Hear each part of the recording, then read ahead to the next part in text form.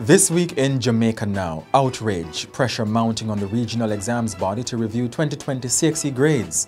His only aim was for him to pass his C-Sec, and as he would have told me, Mummy, I'm going to make you proud. Family devastated after son dies a day before getting his exam results. COVID curfew pinch, businesses call for a relaxation of the measure. Lisa Hanna, Mark Golding, Mikael Phillips. Who else will join the race for the PNP presidency? And permission granted, Vybz Kartel close to getting his chance to appeal his murder conviction before the Privy Council.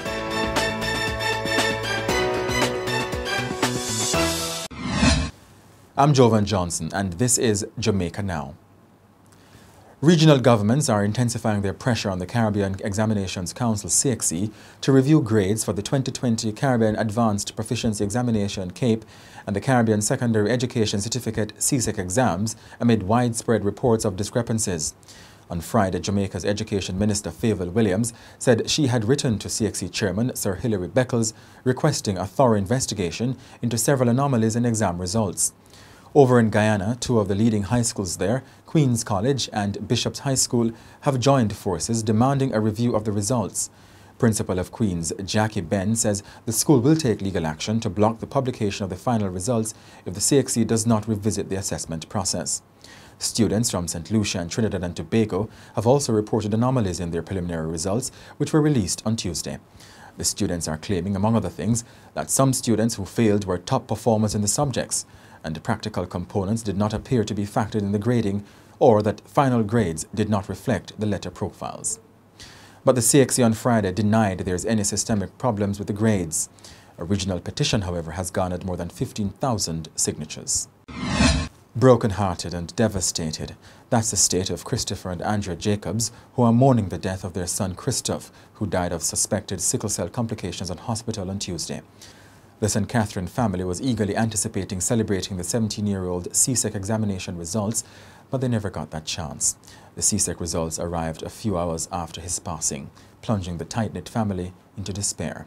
Christoph had passed 7 of 8 subjects. When I checked the results this morning and I saw how well he did, and I realized he's not here, I wouldn't be able to tell him congratulations. I won't be able to tell him that you did it. He wouldn't be able to journey and say, Mommy, see, I told you that I would have done it. It tore me up. It tore me up. His main dream was that he was going to go to 6th form at St. Jago High School. And when I spoke to the principal this morning, and she looked at the results, and I told her the results. And her words to me were, Mommy, yes, he would have made it into 6th form. It tore me, it tore me, it tore me. Because that was his dream, that was his aim, that's all he was working towards, just to make sure that he got into 6th form.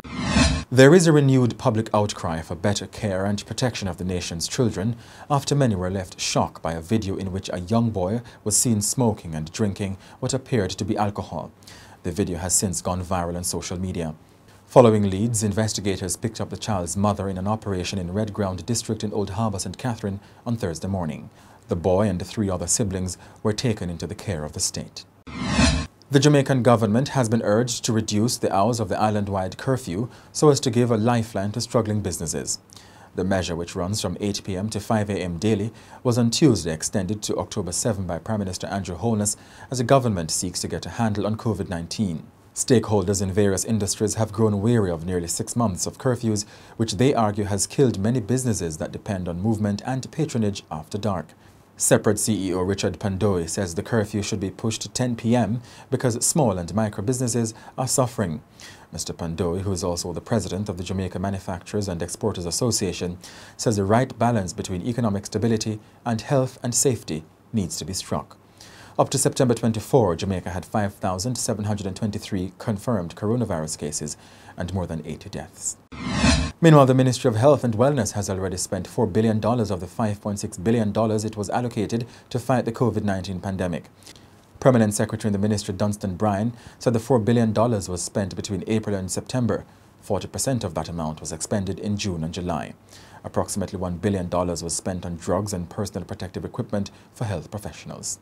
The government has been committed to ensuring that what the system needs, whether it's the frontline workers, the hospitals, or otherwise, then the necessary arrangements are made to facilitate the COVID response. And, you know, I can say with confidence that the government has never really restricted the approach based on the demands or the needs of the system.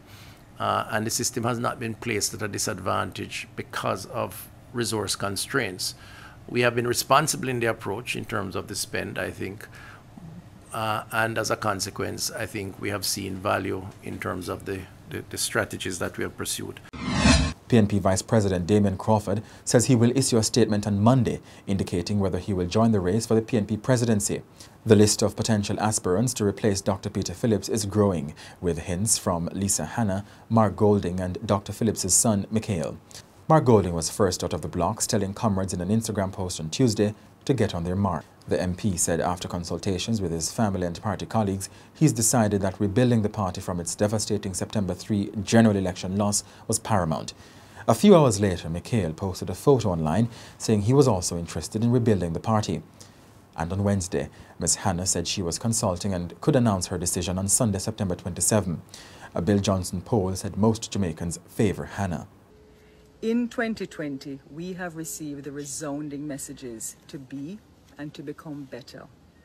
It is therefore time for us to look forward, bring back the love, tear down the walls of division, and instead build bridges of human connection and understanding. This must be done with the people, where together we will build a future for Jamaica, one of monumental transformation for the benefit and dignity of all Jamaicans. Our work continues, but we have to find a new gear. We have to meet this moment together. We can't do it the same way. I'm here. I'm not gone nowhere. And I'll be in this fight with you all for the long haul. The PNP's national executive will decide on Sunday the date for the election of the new president. Vybz Kartel and his co-accused have been granted conditional leave to go to the Privy Council in the United Kingdom to challenge their murder conviction. In its decision handed down on Friday, the Jamaican Court of Appeal said one of the conditions is that the appellants must file documents in the case within 90 days. The Privy Council is Jamaica's final court of appeal and will have the last say on whether it will hear the case. Kartel, whose real name is Adijah Palmer, and his co-accused Sean Storm Campbell, Kahira Jones and Andre St. John are serving life sentences for the 2011 murder of Clive Lizard Williams. In April, the Jamaican Court of Appeal upheld their convictions. And that's it for this edition of Jamaica Now, your weekly review of the big news stories. Send us your comments at onlinefeedback@gleanerjm.com. Follow us on Twitter and Instagram at Jamaica Gleaner and on Facebook at Gleaner Jamaica. Like this video on your YouTube page, turn on your notification and subscribe today. I'm Jovan Johnson, and before we go, more from our interview with Christopher and Andrea Jacobs. All him said to me was, Daddy, Yeah. you're a good father. You're the best father any guy will ever want. Him said to me, he never have any plans on having children. Yeah. But when he would call, how I deal with him, then he made the decision, say, I want a family, so you can treat them the way I treated them. Make him come back to me. Yeah. Not come back to me, Mike, come back to me. Yeah, thanks. Couldn't understand why he was saying all of this stuff.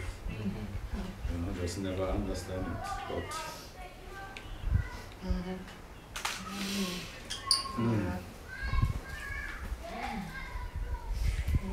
turned to me and him said to me, don't worry about mommy. Mommy will be okay. Yeah, man, thanks.